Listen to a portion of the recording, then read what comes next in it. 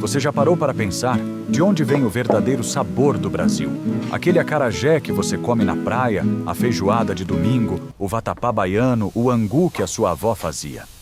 A verdade é que muito do que hoje consideramos tipicamente brasileiro não nasceu em palácios, não foi criado em cozinhas da elite, nem saiu de antigos livros de receitas europeias. Nasceu da dor da resistência e da genialidade improvisada de pessoas que quase não tinham nada, mas que conseguiram transformar restos em banquete, necessidade em tradição e sobrevivência em cultura. Por trás de muitos dos sabores mais marcantes do Brasil, existe uma história dura, profunda e frequentemente esquecida, uma história que ainda vive em cada colherada. Entre os séculos XVI e XIX, mais de 4 milhões de africanos foram trazidos à força para o Brasil. Eles não trouxeram apenas braços para o trabalho, suor e sofrimento, trouxeram também conhecimento. Conhecimento sobre temperos, sobre técnicas de fermentação, sobre como cozinhar grãos raízes e extrair sabor de ingredientes que à primeira vista pareciam não ter valor algum. Esse saber culinário foi fundamental para a construção da base da gastronomia brasileira que conhecemos hoje. Esses africanos vinham principalmente de diferentes regiões do continente, como a África Ocidental, onde hoje estão países como Nigéria, Benin e Gana, a África Centro-Ocidental, incluindo Angola e Congo, além de regiões islamizadas do Sahel. Cada grupo carregava consigo tradições culinárias próprias. Os iorubás dominavam o uso do dendê, do inhame e do feijão fradinho. Os povos bantus tinham profundo conhecimento no preparo de raízes e grãos. Outros grupos conheciam bem o uso de especiarias e do arroz. No Brasil, esse conhecimento encontrou novos ingredientes, a mandioca, o milho e os peixes locais trazidos pelos povos indígenas, além de produtos introduzidos pelos portugueses, como a carne de porco, o bacalhau e o açúcar. Foi nesse encontro, muitas vezes forçado, que nasceu uma culinária única. Mas há um ponto crucial que não pode ser ignorado. Os africanos escravizados recebiam apenas as sobras. Partes rejeitadas pelos senhores, ossos, vísceras, pés, cabeças, rabos. E foi justamente com esses ingredientes desprezados que eles criaram pratos extraordinários. É a partir daqui que começamos a entender como a escassez deu origem à riqueza cultural. Agora vamos mergulhar nos pratos que contam essa história. 1. Feijoada. A feijoada é talvez o prato mais famoso do Brasil, mas sua origem é cercada de debates. Ainda assim, uma coisa é clara: a versão que conhecemos hoje nasceu nas senzalas e nos quilombos. Os escravizados recebiam as partes do porco que os senhores não queriam: pés, orelhas, rabos, focinho, enquanto os cortes nobres ficavam nas mesas da elite. Mas os africanos já dominavam técnicas de cozimento lento. Sabiam que ossos e cartilagens, quando cozidos por horas, liberam colágeno, gordura e um sabor profundo. Ao combinar essas partes com o feijão preto, criaram um ensopado denso, nutritivo, capaz de sustentar o corpo após longas jornadas de trabalho forçado.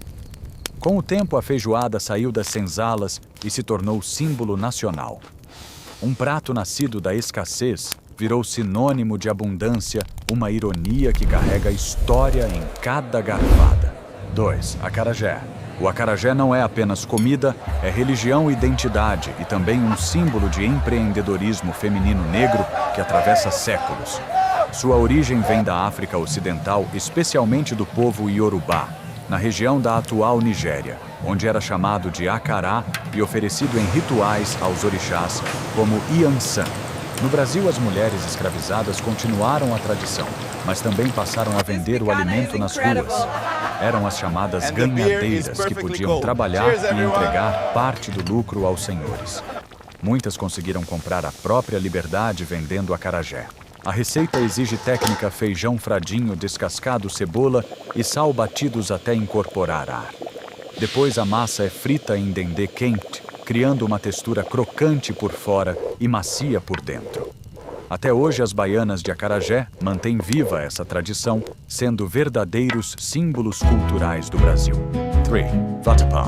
Se o acarajé representa a identidade, o vatapá representa a técnica. Ele mistura influências africanas com adaptações brasileiras em uma combinação sofisticada. A base inclui dendê, gengibre e pimenta, enquanto o pão amanhecido ou a farinha de mandioca dão consistência. A textura é essencial, nem líquida demais, nem espessa em excesso. Para alcançar o ponto ideal, é necessário mexer por longos períodos, adicionando leite de coco aos poucos e equilibrando com caldo de peixe ou camarão.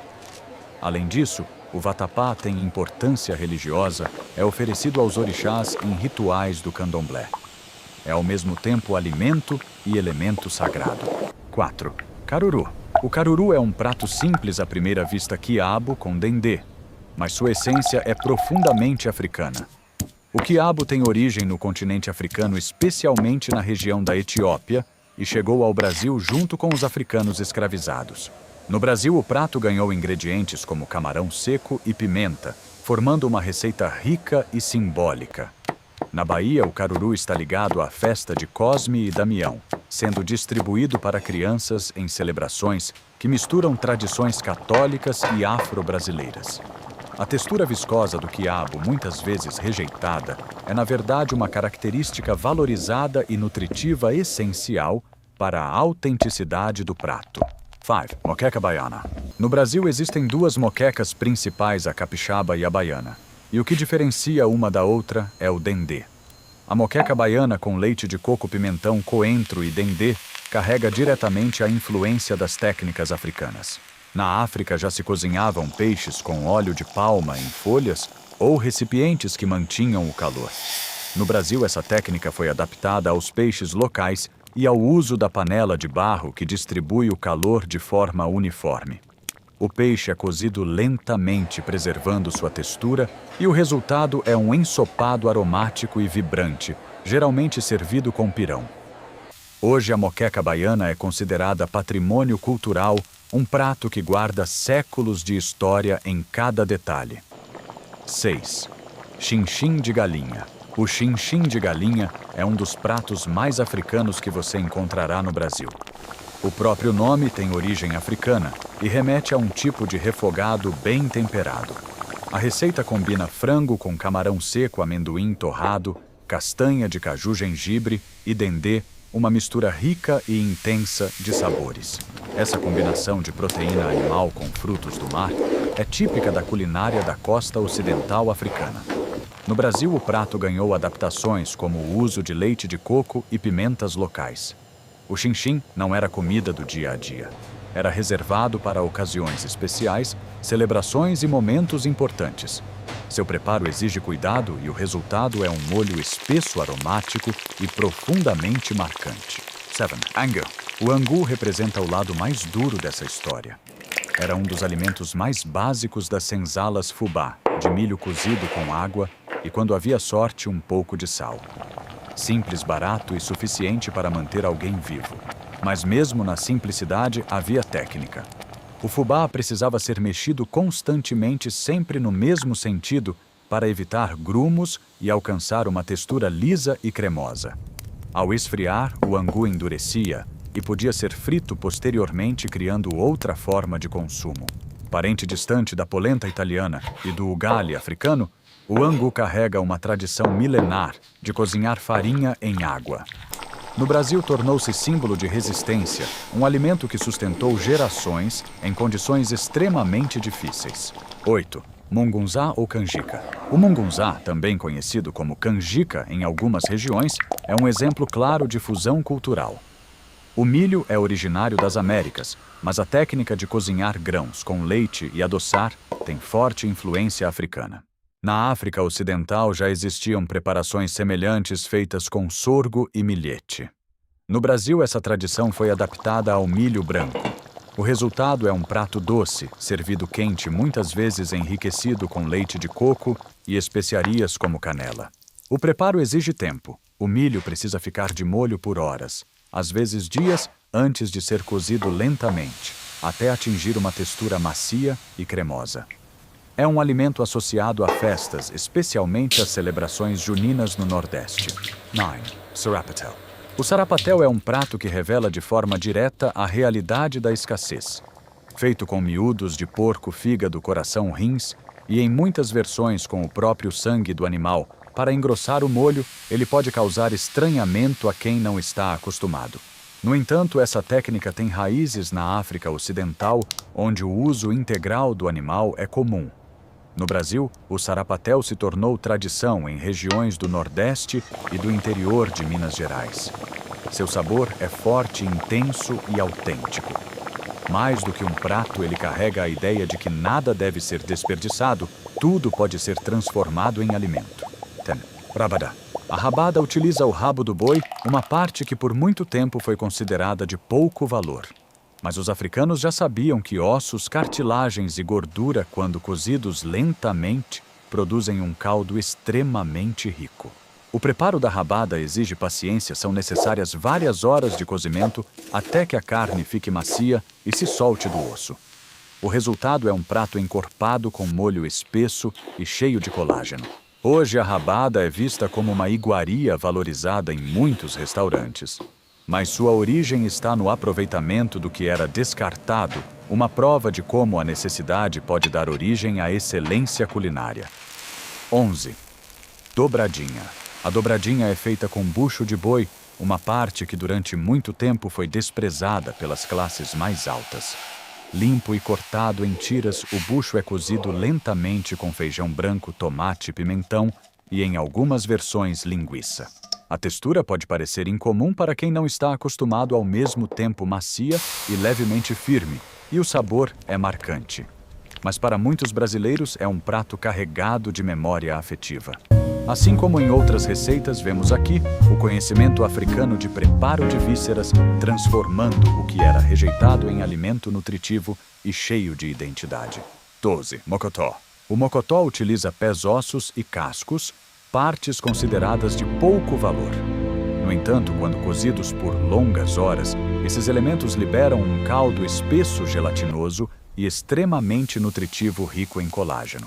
Originalmente um prato das senzalas, o mocotó ganhou espaço ao longo do tempo e se tornou popular em casas de caldo, especialmente em cidades como São Paulo e Rio de Janeiro. Hoje é valorizado por quem reconhece que as partes menos nobres de um animal podem ser as mais ricas em sabor e nutrientes. 13. Farofa de dendê. A farofa de dendê representa uma síntese perfeita da culinária afro-brasileira. De um lado, a farinha de mandioca de origem indígena, do outro, o dendê trazido da África. Simples de preparar, mas cheia de significado, essa combinação cria um acompanhamento dourado, aromático e levemente picante. A farofa está presente em praticamente todas as mesas brasileiras, acompanhando churrascos, feijoadas e refeições do dia a dia. E a versão com dendê carrega de forma direta a herança africana que moldou o sabor do país. 14. Pirão. O pirão é a expressão máxima da criatividade diante da escassez. A ideia é simples: aproveitar o caldo que sobra do preparo de peixes ou carnes e misturá-lo com farinha de mandioca. O resultado é um acompanhamento cremoso, nutritivo e cheio de sabor. Mais do que uma receita, o pirão representa uma forma de pensar. A comida, nada é desperdiçado, tudo pode ser reaproveitado. Até hoje ele é presença obrigatória ao lado de pratos como moquecas e ensopados, mantendo viva essa tradição de aproveitamento total. 15. Cuscuz de milho. O cuscuz tem origem no norte da África, onde era feito com sêmola de trigo. No Brasil, os africanos adaptaram a técnica ao milho, criando uma versão própria que se tornou extremamente popular. Preparado no vapor, o cuscuz de milho é leve, úmido e versátil. Pode ser consumido no café da manhã com manteiga ou leite, ou acompanhado de carnes como a carne de sol. Hoje é um alimento básico para milhões de brasileiros, especialmente no Nordeste, um exemplo claro de como técnicas ancestrais atravessaram o oceano e se reinventaram em um novo contexto. 16. Quibebe. O quibebe é um purê de abóbora simples, nutritivo e acessível. Nas senzalas era um alimento comum, já que a abóbora é fácil de cultivar, rende bastante e possui alto valor nutricional. Geralmente preparado com cebola, alho e, quando possível, um pouco de carne seca, o quibebe sustentou gerações em tempos difíceis. Hoje é um prato menos lembrado, mas que teve um papel fundamental na alimentação de muitos brasileiros. 17. Paçoca de pilão. A paçoca de pilão combina carne seca triturada com farinha de mandioca, cebola e, às vezes, pimenta. O diferencial está na técnica tudo é socado em um pilão até formar uma mistura homogênea. Esse método de preparo tem forte influência africana. Além disso, a paçoca era um alimento prático para viagens, pois era nutritiva resistente e podia ser armazenada por longos períodos sem estragar. Era comida de tropeiros e trabalhadores que precisavam de energia ao longo do dia. 18. Buchada. A buchada é um exemplo extremo de aproveitamento total do animal. Feita com vísceras de bode limpas, temperadas, recheadas e cozidas lentamente, ela exige habilidade e conhecimento no preparo. Nas senzalas e nos sertões, nada podia ser desperdiçado. Cada parte do animal era utilizada. A buchada nasce dessa necessidade, mas também da capacidade de transformar ingredientes rejeitados em uma refeição rica, forte e cheia de identidade. 19. Arroz de Hausa. O arroz de Hausa tem origem africana direta ligado ao povo Hausa. Sua base simples, arroz, coco, dendê e temperos, carrega uma história profunda de deslocamento e permanência cultural. Esses sabores atravessaram o oceano nos porões dos navios negreiros e criaram raízes no Brasil. Era um alimento energético de sustento, mas que também preservava a memória das origens africanas. 20. Abará. O abará pode ser considerado um parente do acarajé, mas com uma diferença importante, ele é cozido, não frito. A massa de feijão fradinho é temperada com dendê camarão e especiarias, depois envolvida em folhas de bananeira e cozida. Esse método preserva técnicas africanas tradicionais e mostra a resistência cultural das mulheres negras que mantiveram essas práticas vivas mesmo sob opressão. O abará é mais um exemplo de como a culinária se tornou uma forma de preservar identidade e tradição. 21. Rapadura. A rapadura é feita a partir da cana-de-açúcar moída fervida e reduzida até se transformar em um bloco sólido doce e altamente energético. Era uma solução prática e acessível para trabalhadores que passavam longas horas nos engenhos. Fácil de transportar e resistente ao tempo, a rapadura fornecia energia rápida e sustentava o corpo em jornadas exaustivas. Simples na forma, mas essencial na função, ela se tornou um dos alimentos mais importantes do período. 22. Bolo de mandioca. O bolo de mandioca é feito com ingredientes simples: mandioca ralada, açúcar, mascavo, coco e manteiga. Nas senzalas, esse tipo de preparo representava um raro momento de doçura em meio à dureza do cotidiano. Mesmo com poucos recursos, havia espaço para pequenas celebrações. Esse bolo é resultado da criatividade diante da escassez, transformar o básico em algo especial.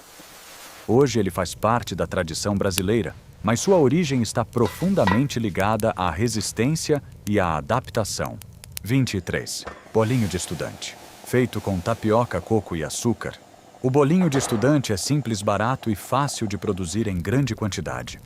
Por isso tornou-se uma importante fonte de renda para muitas mulheres escravizadas e libertas.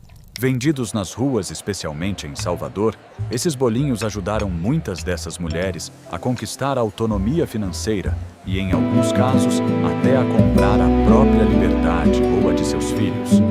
Mais do que um doce, ele representa luta, estratégia e sobrevivência. 24. Arroz doce. O arroz doce tem influência europeia, mas ganhou identidade brasileira nas mãos das mulheres negras que o preparavam.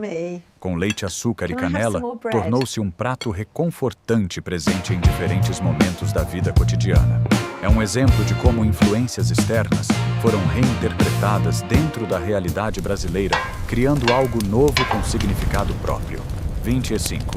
Papa de fubá. A papa de fubá é um dos alimentos mais simples desta lista fubá, cozido com água ou leite. No entanto, sua importância é enorme. Ela alimentou crianças e adultos escravizados nos períodos mais difíceis. Esse prato mostra que até mesmo as receitas mais básicas carregam histórias profundas. Histórias de sobrevivência, de adaptação e de resistência diante de condições extremamente duras. Quando você se senta para comer uma feijoada em um domingo, quando compra um acarajé na praia, ou pede um vatapá em um restaurante baiano, você não está apenas comendo.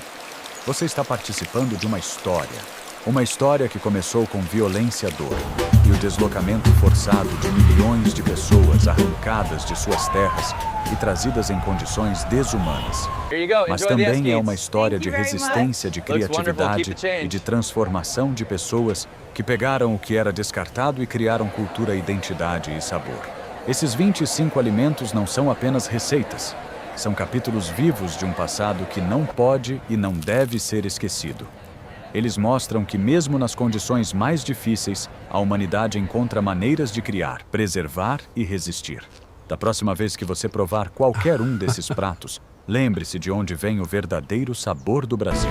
Respeite essa história, reconheça essa herança.